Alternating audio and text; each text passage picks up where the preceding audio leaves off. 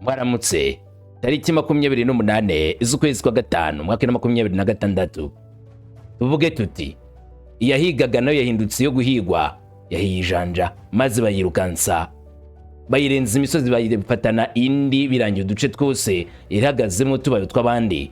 Ndavuga ivy'urugamba muri Repubulika ya Demokarasi ya Kongo mu buryo butunguranye cyane, impinduka ndizo zikomeje kwigaragaza buri ruhande rwose rugaragaza imbaraga ziremereye rufite mu kurwana ndetse no kwerekana neza ko nta mikino bafite. Minembwe agace k'ingenzi cyane FARDC, Wazalendo, FDNB n'abafatanije bashaka gufata bakakigarurira. Bateye 23 ni musutasute muzamuka aka gace mugasigire inkorokoro. Ingabo za FARDC ntago mugomba kugakomeza kukabamo, nago zakunda twarabaguse twarabazengurutse. Icyo mwakora gusa kikabagwa amahoro nuko mwashyira intwaro hasi mugapfukama ku mavi yanyu mukamanika amaboko maze natwe tukabakira tuti turababariye tubahaye imuwe. Kuvuga ngo mudusonyiwe bya bindi by'abagande nayo 23 ngibivuze gutyo haha ngo nizakunda. Ariko Minembwe inguni nyinshi zarashwemo, drone zakoreshejwe ni drone zakasa mutwe. Ndaje mbikubwire kamwe ku kandi uko byagendekeye Minembwe. Iki gitero mu mateka niho cyabaye kimeze gutya mu gihe M23 ivuga yuko igomba guhangana FARDC. Byagenze gute ubimbaze mu kanya gato. Mu gice cya Kivu mu Jaruguru NYABIONDO ahabereye imirwano iremereye cyane ku rwego ruremereye. Burya mu Kinyarwanda bacumukana ngo akabayicwende nikoga niyo koze nigashyira ico. Wazalendo barayirasa ariko ntishira imbaraga, irongeye ikabyuka ikagarukana ikibatsi ngije gucanira kuri 23. Wazalendo ngo yazengereje 23 NYABIONDO ku rwego rudasanzwe. 23 nayo izamuka imbimbiko iva muri ako gace byihuse cyane. Ariko andi makuru atandukanye n'aya ngaya hari hagati y'agace ka NYABIONDO n'umusozi uteganye na NYABIONDO. Ndavuga werekeza mu gace ka Masisi. Ibi bintu byabereye niba ariko byagenze karakasa mutwe. 23 mujye mukina n'abandi kweli.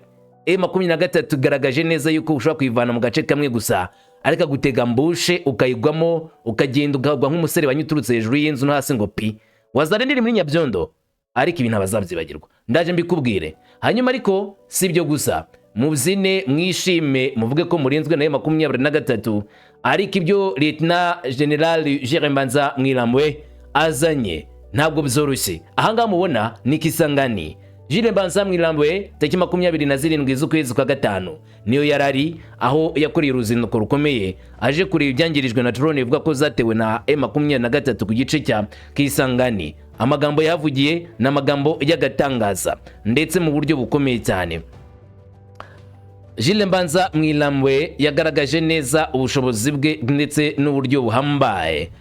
Avugana n'abaparacomandos baramaze iminsi batozwa ndetse na mission bagomba gukora, barimo PNC, polisi, ingabo zidasanzwe, abasirikari b'abapara ndetse n'itsinda bitiriye ingabo zikomeye cyane zo muri byabisamagwe bigomba kujya ku mirongo imbere ku rugamba guhangana na adui. Ubu w'imbere bari kuvuga cyane si ADF nta nubwo ari Kodeko, ahubwo ni 23 ngo bitegura guhangana nawe bakamushyira hasi.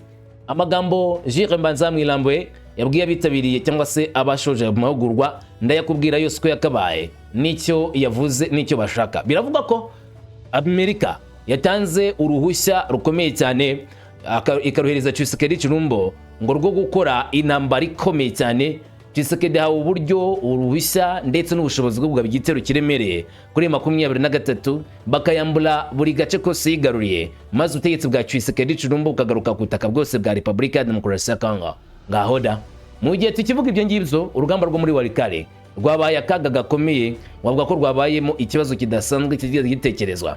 Uru rugamba rwo muri Walikale uduce twayumwe imirwano, abaturage bayiye ubwoba misambo kuhagarara ugategereza ko imirwano yarangira byanze. Bamwe bafumyemo barirukanga mu ishyamba barikweka barihisha batagupfa none twapfejo ikatuyeka abantu bari kurwana batuvira mu gace tugasergara mu mahoro. Wabimbaza nanjye nkaza gusobanura neza uko byagenze ku mirongo imbere ku rugamba, ngusobanura buri kimwe cyose ko cyakabaye uko byagenze nana kimwe shize inyuma. Biko ko President Paul Kagame ku munsi w'ejo avuga ijambo rikomeye mu gusoza ibirori bya polisi, ijambo turagarukaho. Unyemerere ngo ikaze byose kamwe ku kandi nta kimwe dusize inyuma tubijyemo byose ko byakabaye. Njyewe ndi umuhungu wa Kamanzi nk'ibisanzwe tubana buri munsi kuva tutangiye igitondo kugeza ku masaha y'umugoroba nkubwira ibiri kuba. Uruwande ngo ikaze kujyane ku musozo nk'ibisanzwe, ikaze kuri mwese.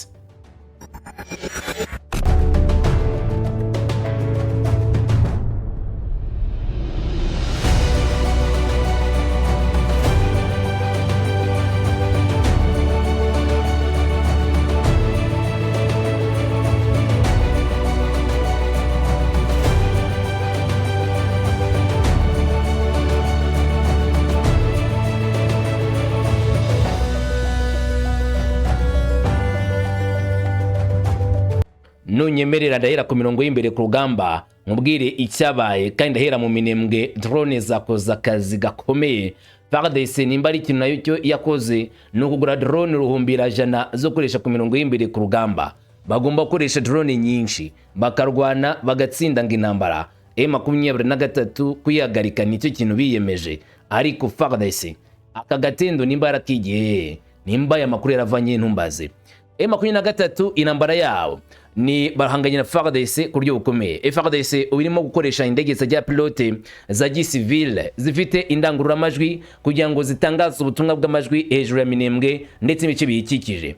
Aya makuru abanza gushimangira cyane ko Republika ya Congo yongeye gukoresha indege zabo za gisivili apani za gisikari, zimwe bivuga yuko zikunze gukoreshwa n'igiseke cya Zunze za Amerika n'abandi bo mu bihugu by'i Burayi. Drone bashyiraho za megaphone maze zikinjira mu bice bigenzurwa n'abaturage.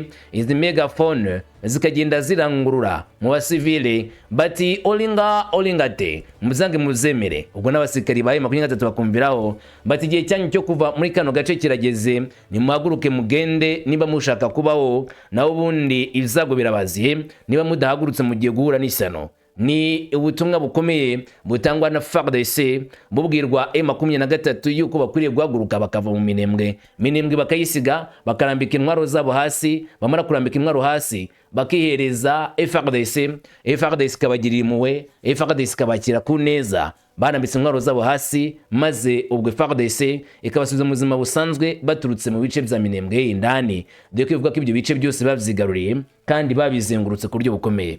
Ubukangurambaga bwibasiye nanone abarwanyi bo mu itsinda rya twirwaneho n'irya AF23 ARC bubasaba gushyira intwaro hasi bakishyira mu maboko y'abasirikare ba FARDC mu gace ka Kalingi cyangwa se Mitenge kugira ngo bataza guhura n'uva gusenya. Iyi ni inshuro ya kabiri bivuze ko ibisa n'ibingibi zabaye. Bahamagarira abasikari ba M23 gushyira intwaro zabo hasi bakereza FARDC. Ibyo byari tariki 27 z'ukwezi kwa gatanu mwaka 2026.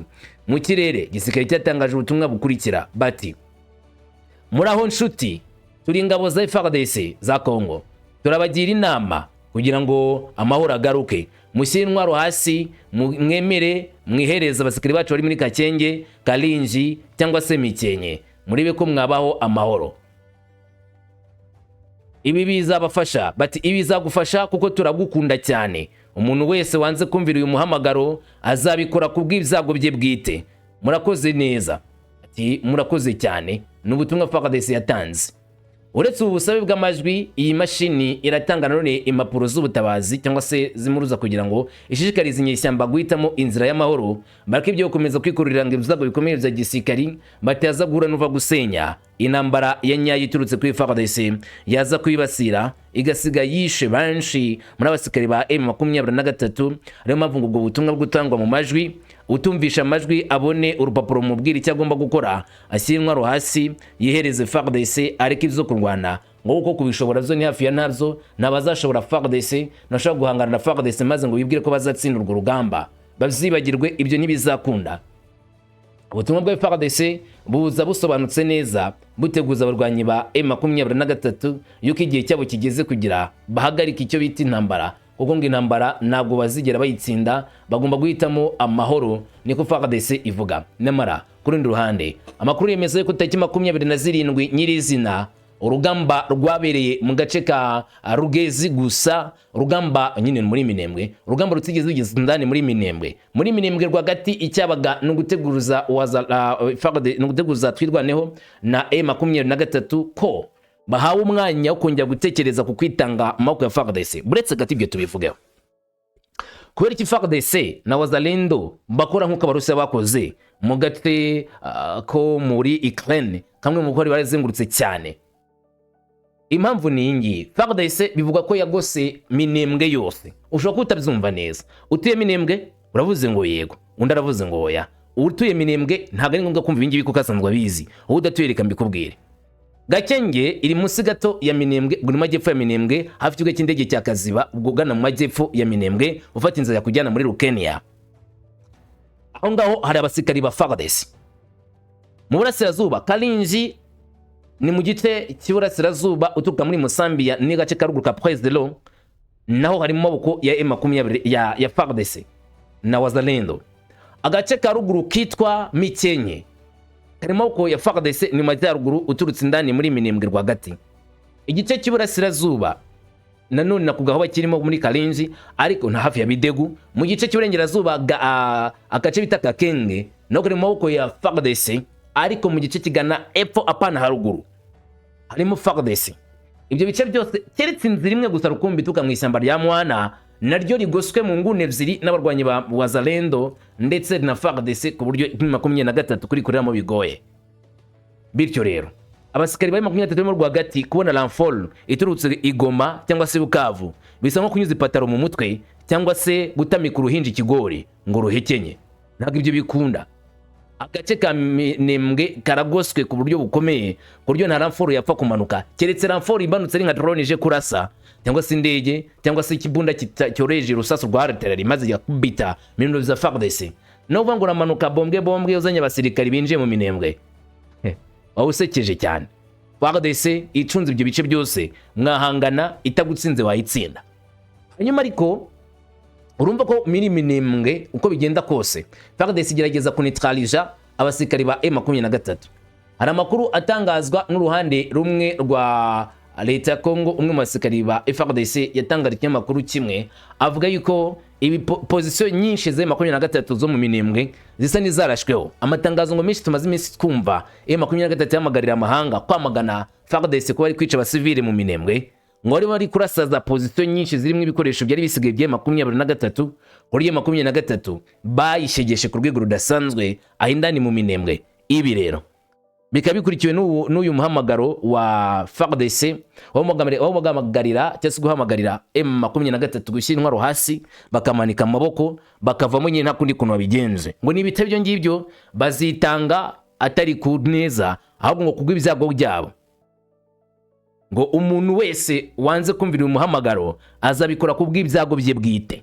Iyo n'amagambo FARDC yahaye M23 abari muri Minembwe kwagomba kwihereza. Rugezi na gace k'ishyamba rikururanye na Rukenia ukagera indani mu nzi kujyana Baraka. Akana gace karimo itsinda rya M23 ariko rikamo n'abazalendo benshi. Itsinda rya M23 ririmo sirinini ariko ryakomeje kubera ihwari jomba FARDC. Amakuru yemera yuko aka gace kabiri mu Rwanda nanone utoroshye tariki 27 tariki 28 ari nawo mu Rwanda wonyine rukumbi wavuzwe mu gice cya Minembwe hariya muri Fizi. Ibindi bice byose bisa nkaho nta mirwano myinshi yabayemo, bisa naho FARDC na M23 batigeze bahangana. Nta nitangazo rya M23 igaragaza ko ari imirwano yabayeyo, nubwo bivuga ko gace muri Rugezi kabirimo umurwano. Iki gicuwa kivamo akujyana ku yandi makuru. Uravuze ngo yego reka twigendere. Mu yandi makuru ari kuvugwa na makuru ari kuvugwa mu gice cya NYABIONDO ni muri Kivu y'Amajyaruguru ho muri Masisi. Amashusho mubona ngo yafatiwe muri NYABIONDO. Niko wazalendo n'abishyikira n'abanyamakuru barimo Daniel Micombero bemeza yuko aka gace kabirimo umurwano udasanzwe buretse. Umujyi wa NYABIONDO winjiriwe n'abarwanyi ba wazalendo kuri wa gatatu tariki 27 Gicurasi mu gitondo cya kare bamaze gukumbanya M23 no kwirukansa bayirenza imisozi.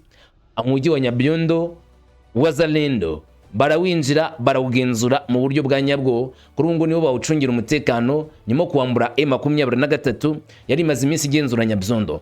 Ukoherezwa kw'ingabo za M23 bashinja kwiza u Rwanda n'u Rwanda ruhakana kuri ubu ngubu kuri uburyo bw'imirwano ikomeye yahuje ingabo za M23 n'afanyikurwa bazo nkuko amakuru aturuka muri ako gace abivuga. Yabaye imirwano itoroshye cyane bituma wazalendo ngibona insinzi muri uyu mudugudu. Muri uyu mudugudu herereye nko mu kilometero 20 uvuye muri Masisi centre bahanganye n'ibibazo bikomeye by'umutekano kuko iri tsinda rya wazalendo ubwo ryinjiye rirasa kuri 23 yego rwa rugamba rutoroshye kandi ivuga ko binjiye muri aksi ebyiri arizo binjuriyemo baturutse mu gice kigana mu gice nanone cya Rusebere cyangwa se igice ribaho Nyabyondo herereye bira bice bigana inzira igana muri Walikale ni abazalendo baturutse kugira ubyumve neza nuva muri Ngirazuba uza muri Asirazuba abasikari ba wazalendo bagirasa muri Nyabyondo centre M23 ngatekereje ibintu bibiri ni gutiraza kurwanira muri centre rwagati ituwe n'abaturage benshi icyo cyabaye ikibazo kimwe cy'ingenzi cyane cyo kwibaza cya kabiri umututu w'imbunda wa wazalendo warumeze nk'inkuba zasa ku biti twa bakubita maze M23 igerageza guhangana nabo by'amasaha make kuva ku isaha ya mu gitondo saa 9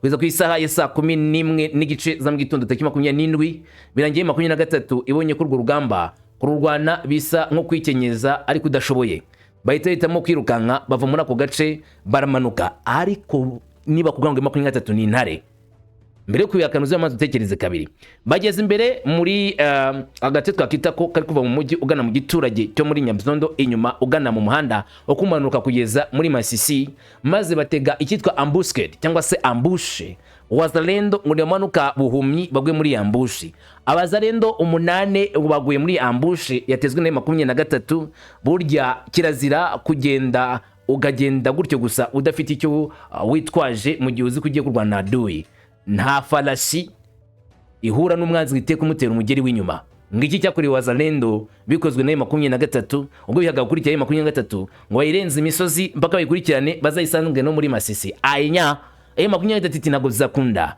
aka gace murakadusangamo tubatikure twanze kurwanira rwagati muri Nyabyondo centre ngo tuticirimo abasivile benshi binjira karengane ariko ngaha aho turi ne patushenu nimudukoreho mutazagura nuva gusenya abandi bati ibingiye ni bya bindi by'amatakira ngo umuntu atabura uko avuga iyo amaze gutikurwa areba inzega bamaze kumutera umugeri bamaze kumukubitira mu buryo buhambaye mu mfundanwa M23 iravuga iteka tugerageze kugira inkuru natwe twandika ariko Nyabyondo centre bari bamaze kwitakaza Nyabyondo ni umujyi uri strategique cyangwa se ni centre strategique mu bice bitatu ngice kigana mu isamba ryo hirya Nyabyondo ugana mu cyerekezo cya kugeza muri Rucuru ubwo ndavuga ibice byagutse kugira uzumve n'umuhanda ugana nyine muri Masisi centre ndetse n'igice gihangamiye mu gice cy'uburengerazuba bw'amajyepfo muri Rushebere hose akaba rero ari ahantu ingenzi cyane ufite Nyabyondo wagaye bitero ntibizwi neza niba 23 yabiri guteganya uburyo kugaruka gukora offensive ngo yisubize ibi bice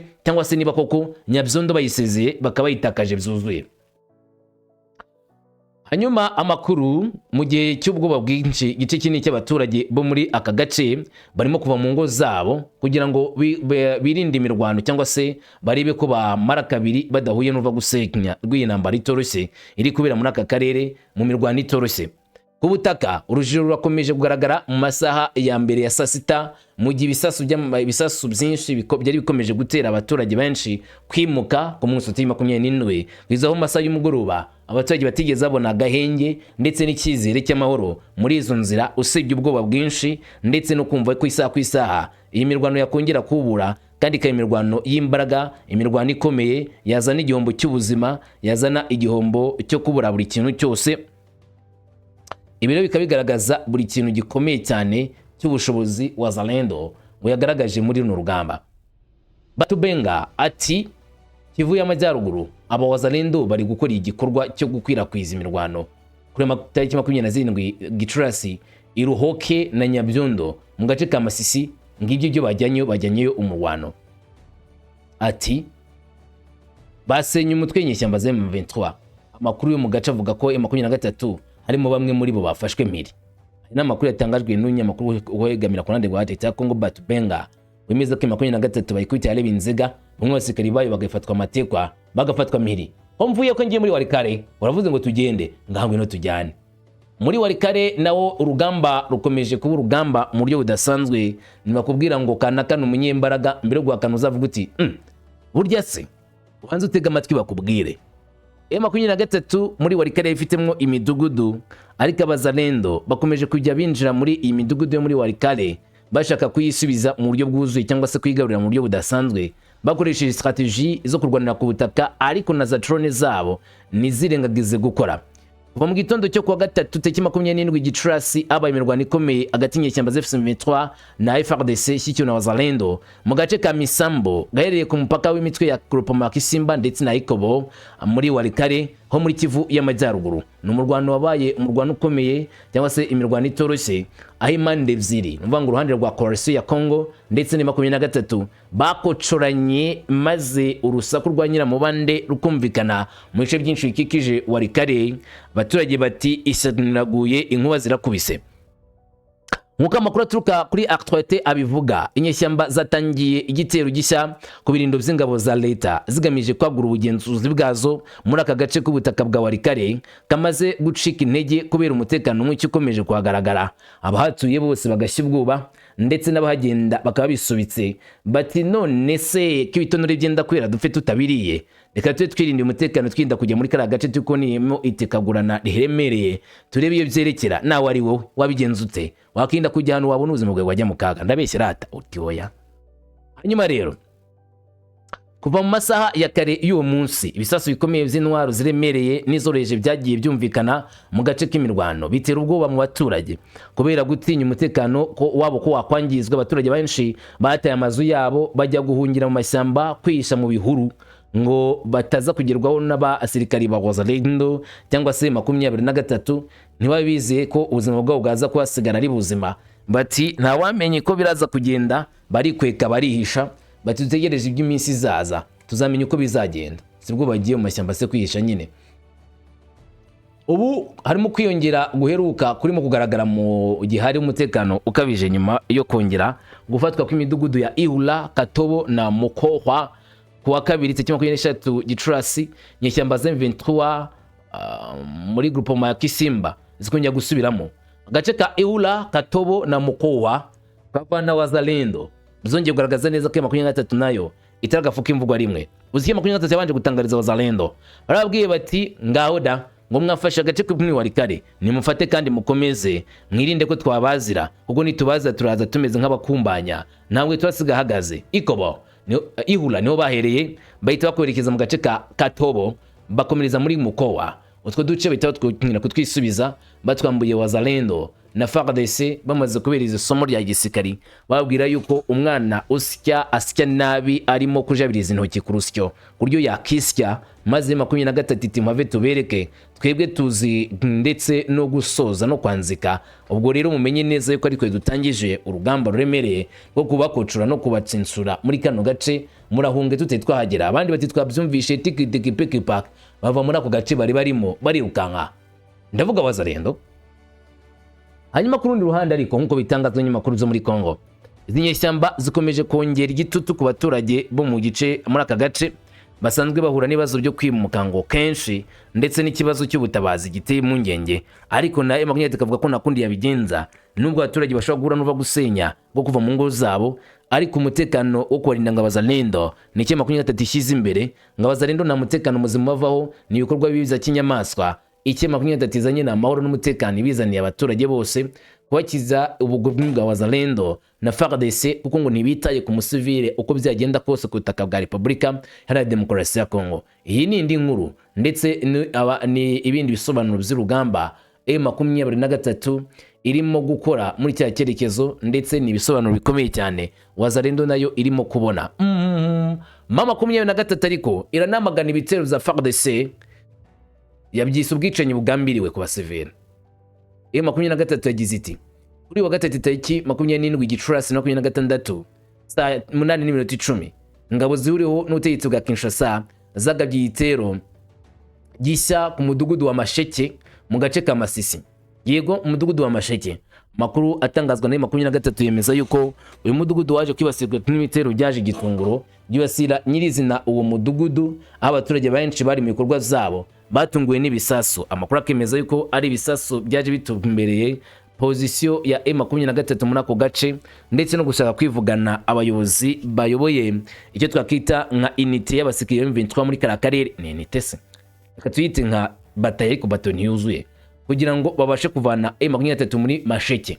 makuru akemeza ko rero mu bitero zagabwe muri ako karere hakoreshejwe ibikorwa bibi cyane ibyo M23 yita ko ari ibikorwa bya kinyamaswa byibasiriye abasivile maze bamwe bakasiga ubuzima mu buryo butari bwagatekerejwe ko bugomba kugenda gutyo. Abasivile benshi b'inzirakarengane iti binyuze muri Lawrence Kanyuka bishwe mu gihe amazu yatwitswe ahinduka ivu, imiryango yose igwa mu cyunamo no mu bwigunge. Ibaze nawe gutera iwanyu inzu uraramo ugasanga bayitwitse, ubwo tekeza byende wasize mu rugo, utekereza iki?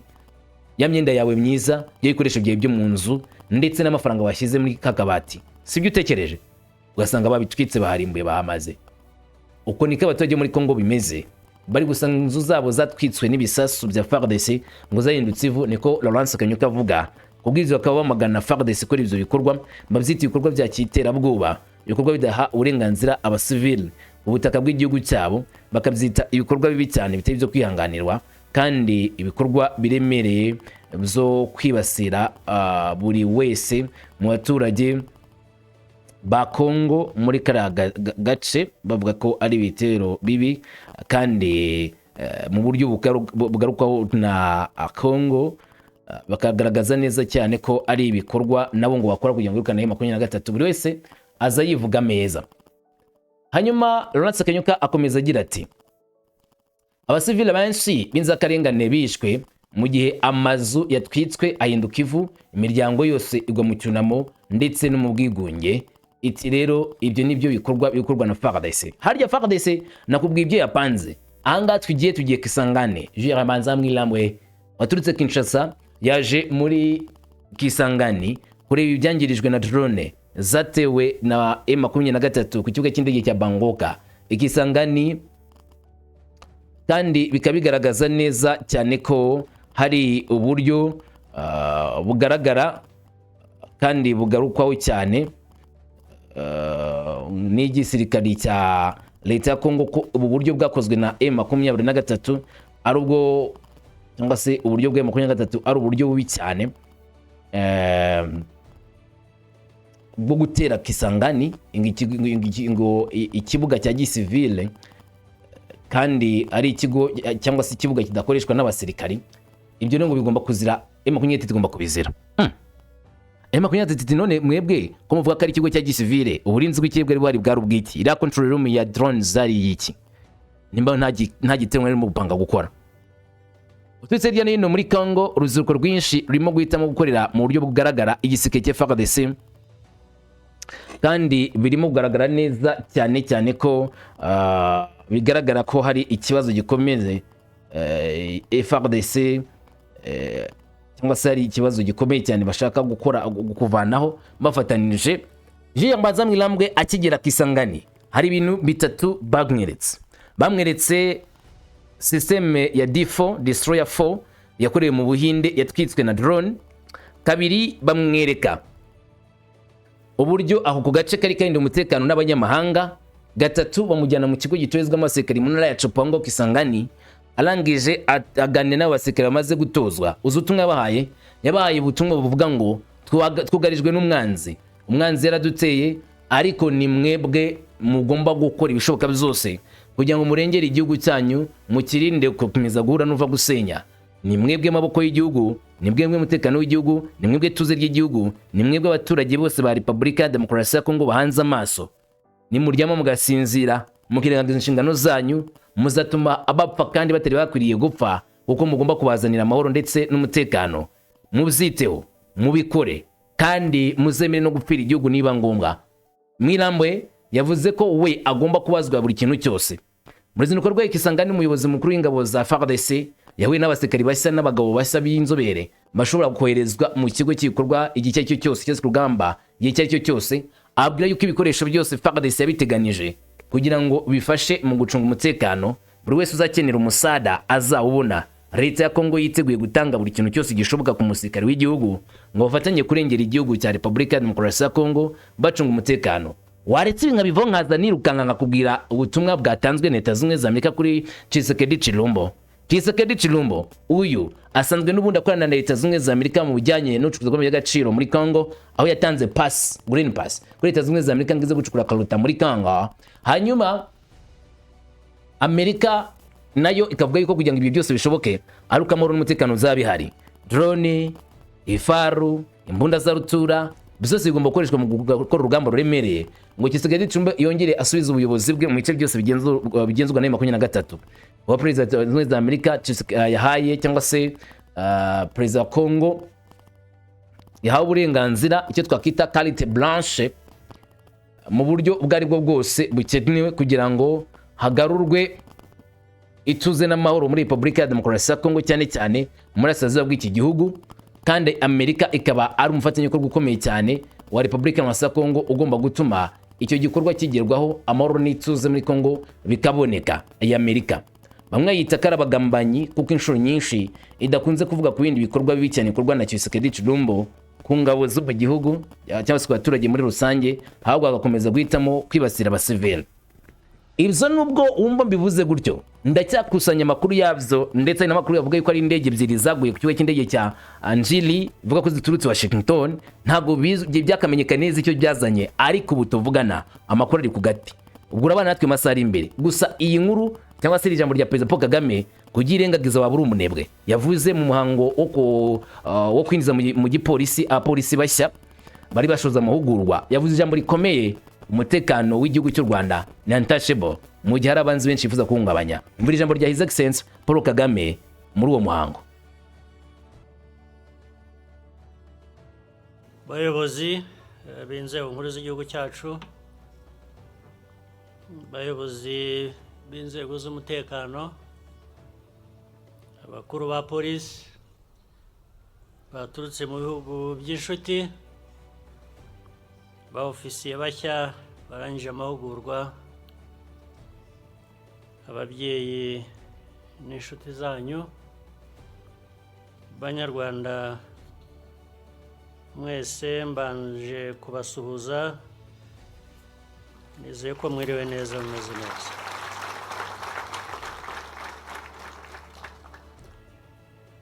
Ndagira ngo ntangire ishimira polisi y'igihugu imyaka 25 imaze ikorera igihugu cyacu akazi keza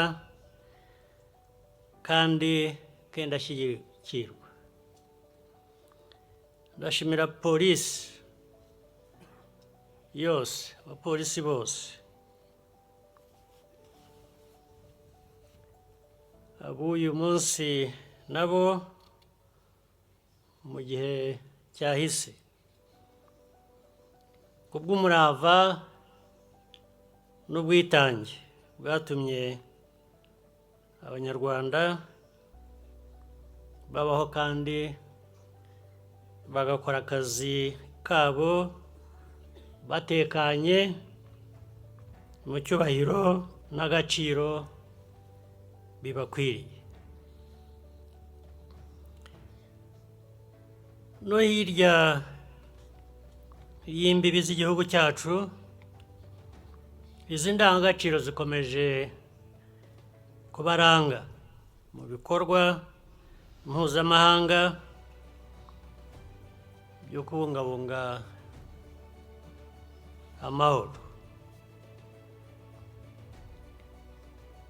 Ibyo polisi yagezeho byavuye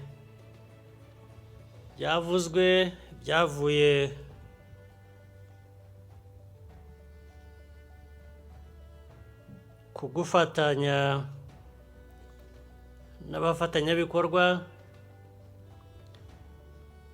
batandukanye barimo izindi nzego z'umutekano, ariko cyane cyane bikaba byaragizwemo uruhare rukomeye n'abanyarwanda ubwabo.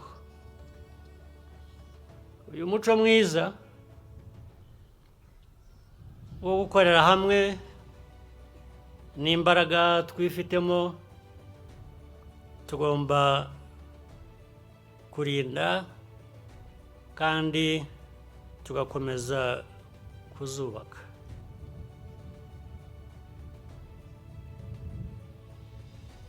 Ni muri urwo rwego ngira ngo nifurize ikaze abayobozi ba polisi z'ibindi bihugu n'abandi bashyitsi batandukanye bari hano.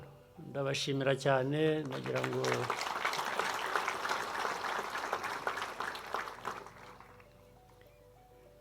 twese dusangiye ubushake bwo gukomeza gukorera hamwe mu kurinda umutekano wacu n'iterambere riduhuza. Imiterere y'umutekano ikomeje guhinduka nk'uko byavuzwe n'umuyobozi wa polisi y'igihugu, kandi ibyaha biragenda birushaho gukorwa mu buryo bugoye, gukurikirana, buhindagurika kandi bwambukiranya imipaka. Niyo mpamvu imikorere ya polisi y'igihugu nayo igomba kujyana n'igihe. Ngira ngo ibyo nabyo umwanya washize abapolisi babitweretse, turabishima. Iyo mikorere ikumira ibyaha bitaraba, isubiza ibibazo bihari kandi ireba kure.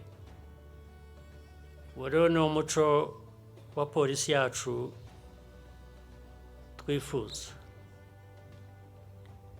Gukomeza kubaka ubushobozi mu kongera ubumenyi, ubunyamwuga n'ibikoresho bijyanye n'igihe bigomba kuba ku isonga niba dushaka gukumira no guhangana n'ibibazo bishya bigenda bigaragara.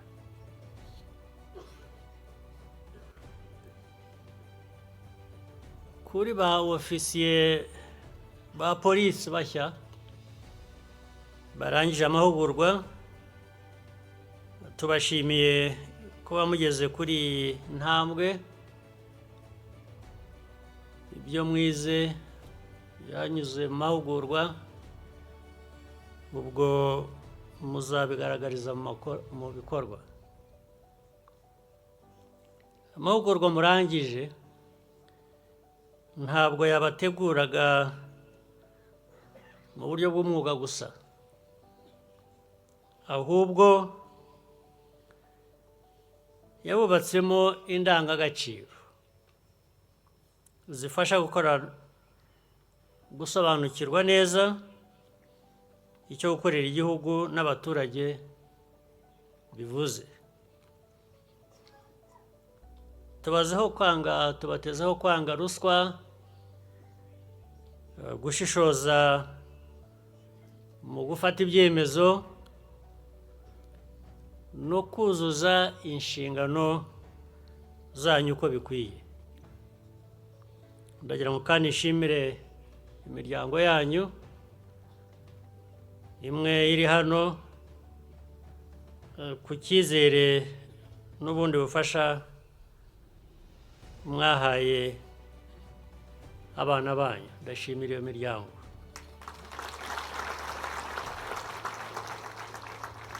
Kandi ntibirangirira aha ngaha, ubwo muzakomeza mubafashe n'igihe bari ku kazi.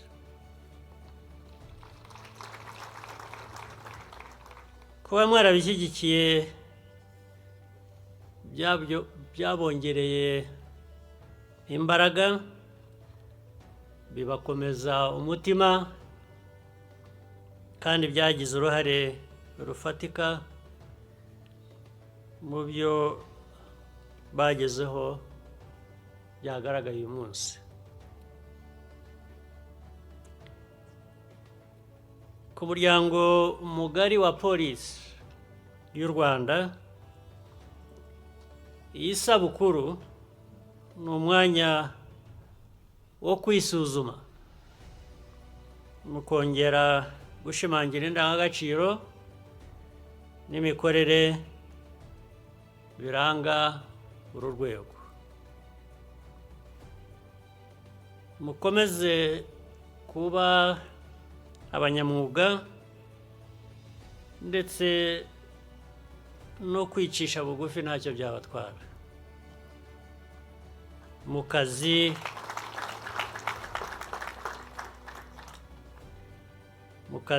mukorera igihugu cyacu cyanyu n'abaturage bacyo. Ibyo maze kuvuga ni ngombwa.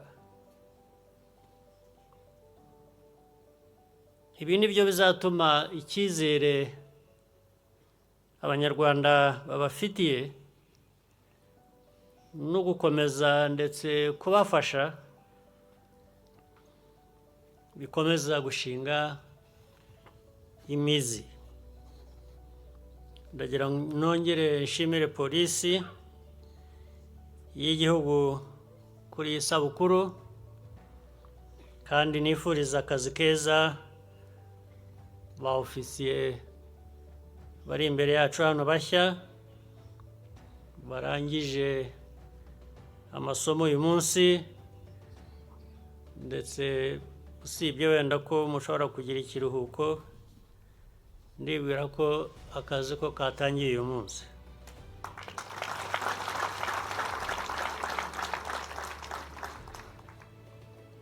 Mwese mbifurije gukomeza kuzuza neza inshingano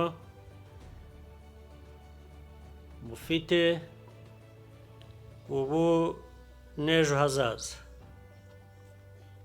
Ndagira ngo rero ndangize ijambo ryanjye nifuriza abayisilamu bose mu Rwanda no hirya no hino ku isi bizihiza umunsi mukuru wa Eid Mubarak.